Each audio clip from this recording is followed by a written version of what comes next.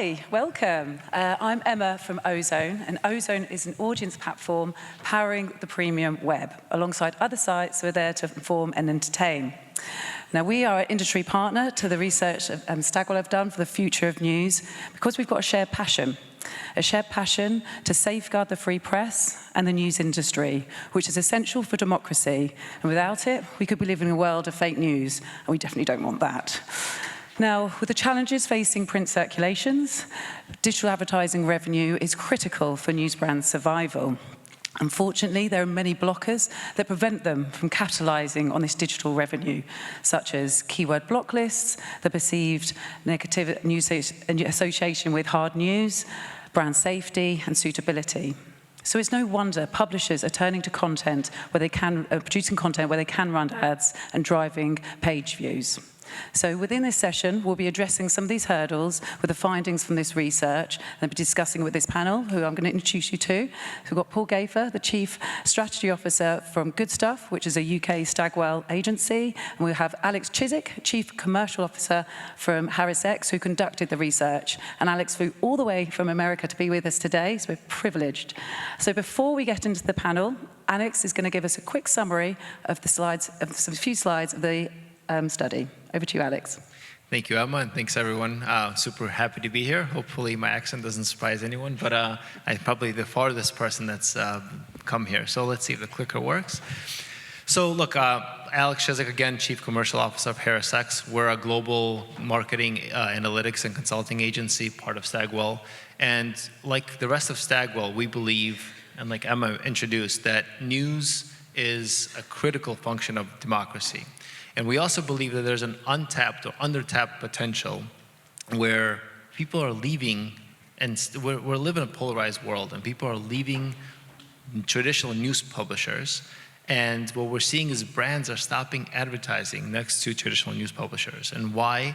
They're nervous about their brand being next to stories that are perceived maybe brand safe or brand unsafe to publish in. And we want to change that. I think as a world and as a society, it's time for us to moderate a little bit and come back from the fringes and talk to each other. We're all humans. We're sharing this moment of time together on Earth, and it's time to just kind of reel it all in. And we want to show data that actually shows how we can do that. We're in a vicious cycle now where the news quality is dropping because ad revenues are falling. Ad revenues fall, there's less revenue and less money to go around for news resources, for good journalism. It creates an incentive for clickbaity articles. And that creates more polarization, which creates worse stories, worse research news articles, which leads to less revenue and so on and so forth. We think we can change this into a virtuous cycle where brands can reach untapped or undertapped audiences, what we call them news junkies, which are typically more affluent, actually more engaged. They're a very critical and good component for agencies and brands.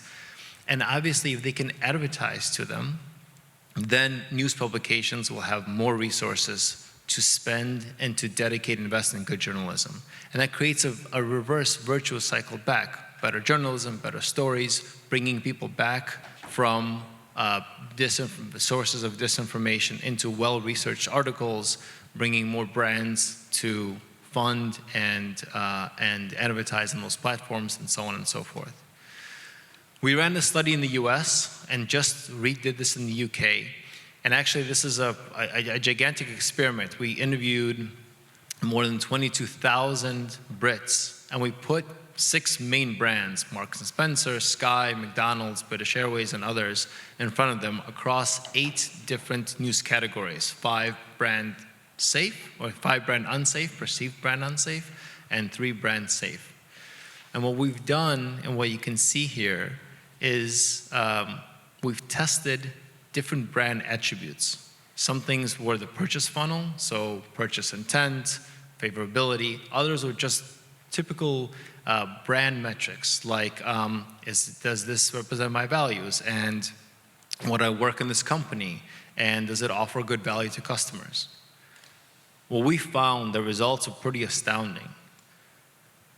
there is actually no significant difference if you look at the left-hand side of the page and the right-hand side of the page between brands that advertise next to brand not safe news articles versus brand safe news articles. That is for brand, for favorability, and for the purchase funnel. This is empirical evidence that says that brands should mostly care about where they advertise a good news publication versus what story they advertise next to. And we hope that this finally allows and gives brands air cover to come back and advertise within news publications and bring good news back to the fold. So I'll pause here. We'll leave the slide up, but we'll turn over to you. Excellent, thank you. I think some key takeouts in there. Hard news is brand safe. So Alex, the US conducted this research a few months ago with very similar findings. What's the reaction been from brands and publishers over there? It's been very favorable, and we actually previewed this in Cannes and in New York, and now we're doing it here, and today later on in London. In the previous sessions, extremely favorable. Extremely favorable. We were the talk of the town in Cannes. I hope that's true. I hope we're the talk of the town here as well. But I think the idea that it's okay to advertise next to a variety of news articles, it's okay to bring money back to news, that news has this news junkie cohort that's an extremely valuable cohort for brands to advertise next to. And frankly, that we need to invest in real, solid, nonpartisan journalism that gives us facts instead of polarized clickbaity articles. All of this we can come back to the fold, and it starts with advertising and it starts with good news. Absolutely, we definitely need to come together. One of the biggest barriers that we're seeing, the blockers for news brands, is keyword block lists. And a bit from Ozone, we see this time and time again. We're like, oh, they've stopped being updated. A big one we saw over the summer was actually Paris still being in people's keyword block list from the 2015 Paris attacks. And there was so much amazing Olympic Paris content that just couldn't be monetized because it was being blocked. Another one is Pink News, one of Ozone's publishers. People want to be more inclusive, use Pink News, reach a diverse audience, but they've still got lesbian and gay on their block list. It's like, that just doesn't work. Paul, what can we do here? How can we stop this? So I think from the first point, it's thinking about why we do this, why we do this at a contextual point of view, at a micro level within sites. I mean, my background is in print, that's why I'm here. I've got a passion for print and publishing still. And back then we wouldn't question whether which kind of story a newspaper ad would sit next to. Ultimately, we were aiming for the best quality news. We are aiming for the best audiences and the most eyeballs. So we've got to think about why does that apply to digital advertising over the traditional print advertising. I think secondly, we need to recognise that block lists are a very blunt tool. And as you can say, they can get bloated, they can get out of date very quickly. So there's a huge amount of technology out there to help us be better at the way that we use that. So we use category block lists rather than keyword block lists at the start, and a number of ad tech partners that can help us to deliver on that at a much broader level. Also, we work with the Conscious Ad Network, who are very good at setting manifestos around hate speech and brand safe content, and follow their guidelines on how to be better advertisers in this space, because not only are they campaigning for more safety in our advertising, but also, as we're talking about, the support of quality journalism, quality news and quality content for consumers. Absolutely. I think we were touched on before, obviously, news brands being trusted media brands. Do you think there's a halo effect of brands advertising around these trusted media brands? And is that impact greater than being running next to a perceived negative article? Alex? Yeah, this is a fantastic question. And it goes actually to the heart of our research. There is a halo effect. It's about where you advertise, right? So if you advertise with the BBC, for example, or the Times or the Sun, regardless of ideology, when you're advertising on good, solid media brands, your brand is perceived in a more positive light. It has nothing to do with the story. The story, editorial pieces, opinion pieces within any of these publications, that's separate. It's about the medium and the publication. And so as long as brands think about it from that perspective, both digital and print, and you focus on where you advertise, there's a mutually beneficial halo effect, in fact, for both, right? So if you have McDonald's in the sun or McDonald's on some far right or far left website, that's very, very different than McDonald's being, let's say, with the Times on the Sun or an Independent, with this news article about the Middle East or the news article about inflation, which is deemed brand unsafe or perceived to be brand unsafe. I think it's really important. One of the biggest themes that we've seen come through in client briefs, probably over the last 2 to 3 years, is the word trust. And we want to be a trusted brand. And I think we're getting more and more research in media now that suggests that trust is a driver of effectiveness, it's a driver of market share, it's a driver of preference. A great report from the Ad Association released this June. We've seen work from Thinkbox previously on things like signaling. But what I think is interesting is a lot of that research has focused on channels. So, how do different channels provide implicit signals to the brands in terms of where you advertise, and less around brands. So I think something that we can do in this space is reconfigure and remove some of those artificial barriers that don't really exist between channels anymore. And yes, of course, different channels will project different favorability onto brand and different business metrics. But thinking about how we can buy into media brands over media channels, in this space especially, I think could be a really interesting way in. And publications and publishers particularly, I think, have been some of the best brands to embrace sort of a digital age. They've extended into podcasts and events and newsletters and apps. Publishers have a great reach. So if you are looking to build trust for your brand, if you're looking to build some of those implicit signals that we're learning much more about now in media planning, then leaning into news publications and quality news and across all of their different channel outputs is a wonderful way to do that. Interesting to talk about channels, because I think there's been a lot of debate about whether digital display works, and sometimes I have to tend to agree with them because it's the way it's deployed. But we know the premium web is very different, and there's been numerous studies that time and time again they prove that actually premium web drives outcomes, but yet the premium web still gets bucketed with digital display. How can we differentiate the premium web from the rest of the open web? Paul? You want me to go on that? Well, I think it goes back to that point. We're way beyond a point in media planning and media strategy where you should be seeing a line on a plan that says digital display, and I'm sure it sneaks through from time to time as well. So I think thinking about the kind of media brands that we use, obviously the great tool that digital display advertising has given us has been the opportunity to chase audiences, but it doesn't always have to be within digital display. Just because we can doesn't mean we should, and I think there's been an over-optimization within that, and over-targeting within digital display, the holy grail of chasing individuals at scale. So obviously we know that audience buys are going to be hugely significant, but also how can we lean back into context? How can we think about premium environments, maybe fixed sites even, which areas of a premium news site do we want to associate with? And how do we look into premium inventory, contextual buying, etc., to move away from how display and programmatic advertising is usually planned and measured. Any thoughts on that one, Alex? Oh, I can't top that. That's perfect. What are your hopes for the reaction in the UK from this research, Alex?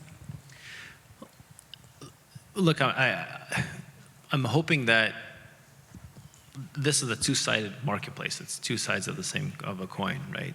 There's burden on news agencies. There was a good panel between our chairman, Mark Penn, and some of the presidents of the various big New York Times, CNN, and the States news agencies, and Cannes, I believe. And the president of CNN said, look, the burden is on us also to deliver solid, unbiased news. I'm hoping the brands see that limiting their spend, limiting advertising, based on the different stories that folks can run, just leads us down to a really bad path. From a citizenship perspective, from a humanitarian perspective, but frankly, from a selfish business perspective, the news junkie audience is a very valuable audience. They're more affluent. They typically don't have mortgages. They have more money to spend. They're more engaged. It's, the holy grail, and we have this on the slide, is people that watch sports, right? Sports watchers, sports junkies, if you will. very captive audience for brands. And so a lot of money is being poured, the World Cup, Champions League, and so on and so forth. Money is being poured into sports. We think that news junkies and people who are really engaged in the news are that same, have a very similar makeup. And so brands are under tapping that market, just from a very, kind of cynical, let's advance our business point of view. So I'm hoping the brands can see the light.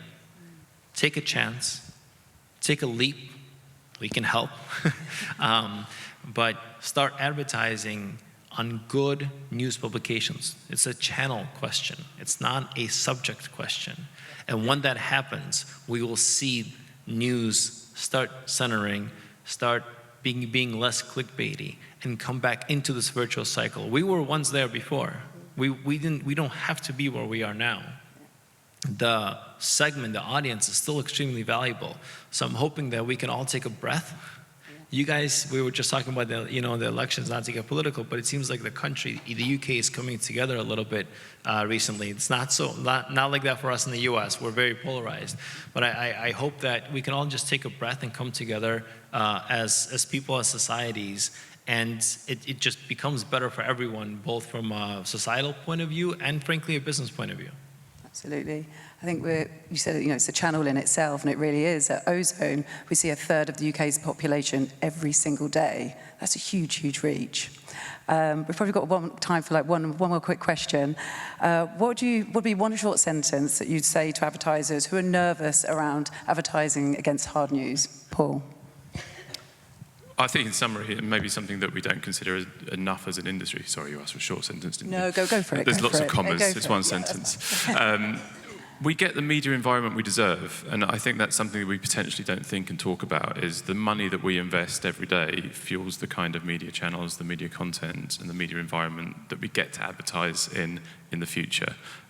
So I think this, we know, is a brilliant, important content and context for both advertisers and consumers, and so therefore recognising the importance and not sort of avoiding it because of the limitations that have previously been expected and perceived. Yeah, there's too many commas in that sentence. I'll stop there. It's hard to summarize in one sentence. I'll echo what I said before. I think take a leap for brands. It's okay to get in front of people. It's okay, I think, and in fact, I think it makes business sense to support the news medium as a medium to reach very lucrative, very engaged audiences. And as we have the new generations, Gen Zs and so on, coming up, they're not getting their news from mainstream media. They're just not. And so to get that trust back, we need to be able to produce good, solid journalistic pieces. So it helps everyone, and it helps you tap the new generation of folks. It shows you as a leader. If you're a brand and you're willing to do these things, you're going to become the leader in the eyes of future massive purchasing blocks. Fantastic. Thank you so much. If you want to know more about the research, the Media Leader has published the article this morning, so head over to there. But thank you to Paul and Alex.